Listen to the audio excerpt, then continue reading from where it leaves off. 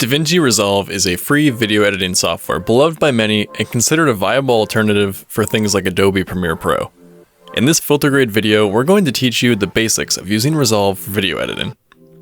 One of its biggest selling points is that it's completely free. This free version includes all of the editing features you need, and their $299 Pro version includes additional advanced effects and features that are far more specialized.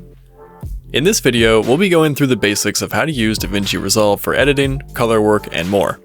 Since it's free, you can download the program and follow along with this tutorial. DaVinci Resolve has two primary editing interfaces, the cut page and the edit page. The cut page is slimmed down for quick edits that don't require much advanced production, whereas the edit page offers a wider variety of features. When you open Resolve, click on New Project. It should auto-open to the cut page, but you can switch to the edit page at any time. In the upper left corner, you'll see the media pool. This is where you can drag in media or click the import button to import from File Explorer.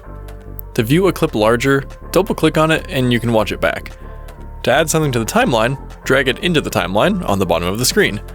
One thing that sets Resolve apart is the timeline. In cut mode, the upper timeline shows the duration of the entire project, and the lower timeline shows a zoomed-in portion of it. But we're going to be doing our editing today in edit mode. To customize your timeline in edit mode, you can click on the Timeline View Options button and change the way certain aspects of the timeline are viewed. This includes the way that clip thumbnails are displayed, how audio waveforms are displayed, whether those are displayed at all, and how tall audio and video tracks should be. You can really customize your workspace to your ideal working environment.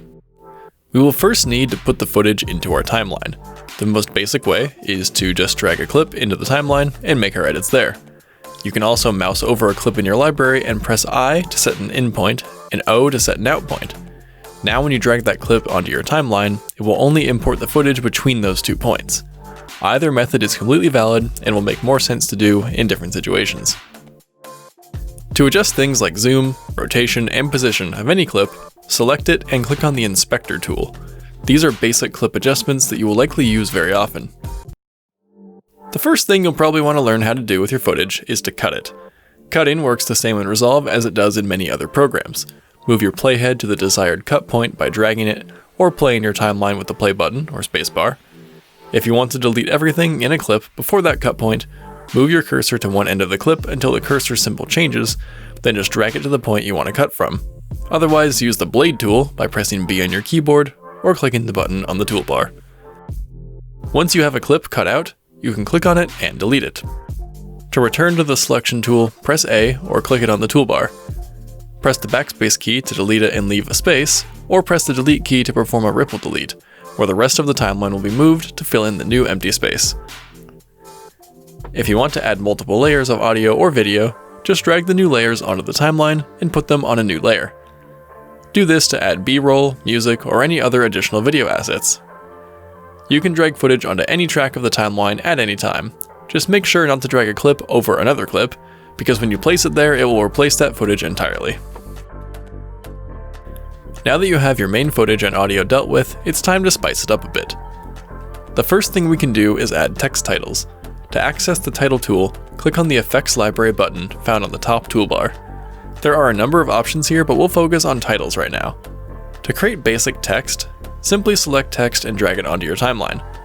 Double-click on it to open the editor, where you can adjust the text contents as well as font type, size, color, and more. Just start from a template, choose a title from the Fusion Titles list. These will feature custom elements and animations that can give you a head start on an edit. Either way, you can double-click on the title to open the text editor. It behaves like any other clip, meaning you can adjust the length or move the clip around by dragging it. Now let's play around with transitions. These are also found in the effects library. Simply drag a transition onto the clip you want to apply it to. These can be placed on either end of a clip, or they can be placed on the cut between two clips.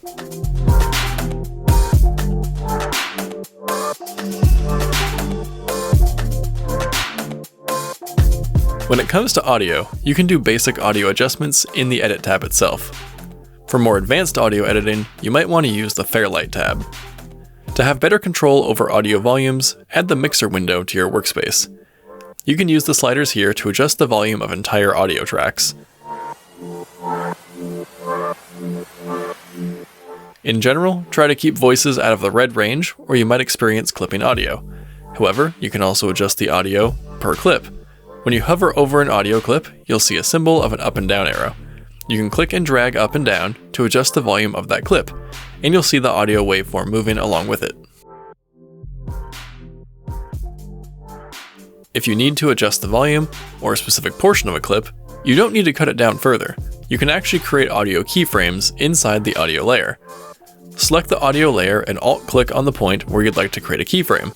Make sure you're on the audio line and that the arrow symbol appears. Create a second keyframe and drag one of them around. You will see the volume line adjusting between them, showing audio fading out or in accordingly. This allows you to create volume adjustments that are either hard cuts or softer fades, and it's all a very visual editor. You can click and drag these keyframes around to adjust the exact position. The audio track will have a symbol on the bottom right after you add keyframes, and clicking this will open up a new keyframe window that lets you see the keyframes a bit easier. In terms of additional audio editing, there are plenty of preset effects to work with in the effects panel. Color correction is something Resolve is known for. To access this feature, click on the color panel on the bottom of the program. You'll first see several color wheels. The lift wheel deals with the lows, and gain deals with the highs. Gamma is your mids. To change the brightness and darkness of these three, you can drag the bar under the corresponding color wheel left or right.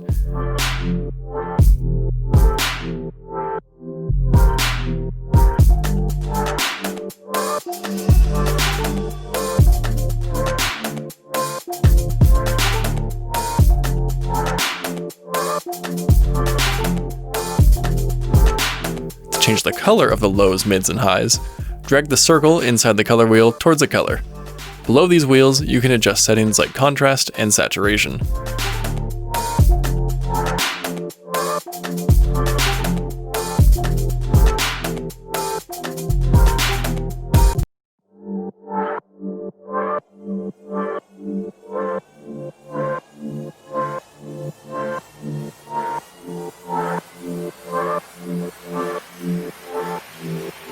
When you're done with color grading, you might want to apply it to another clip in your timeline.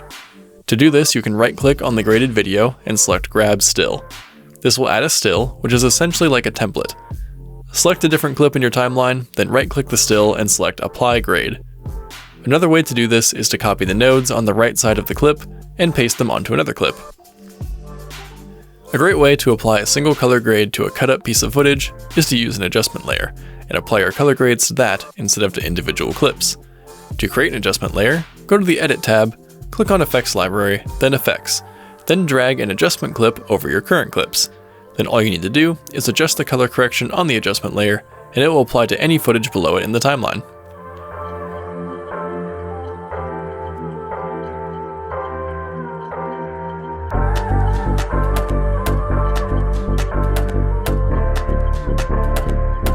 Once you've finalized your edit, you're ready to export. Click on the Deliver tab, and you'll be able to select the exact settings you want.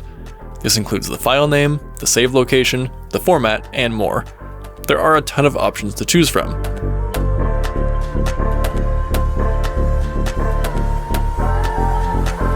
Here are a few additional tips for using DaVinci Resolve. If you move any project files on your computer, you'll end up with unlinked files. To fix this, right-click one of the clips that's given you a warning, and select Relink Selected Clips. No need to re-import them and lose any editing you've done. Relinking the clip in your media library will relink it to your timeline as well. Throughout your editing, you may want to select only the audio or only the video on a clip. To do this, hold the Alt key while clicking either the audio or the video track. If you want to use markers to help in your editing, you can simply press the marker button on the toolbar. Double-click it to open the dialog box. You can also press the shortcut key M and then press M again to open the dialog box. Another form of markers is annotations. This lets you actually draw on clips so you can reference your notes later. Click on the Timeline Viewer dropdown and select Annotations. You can now free draw, create arrows, and make rectangles.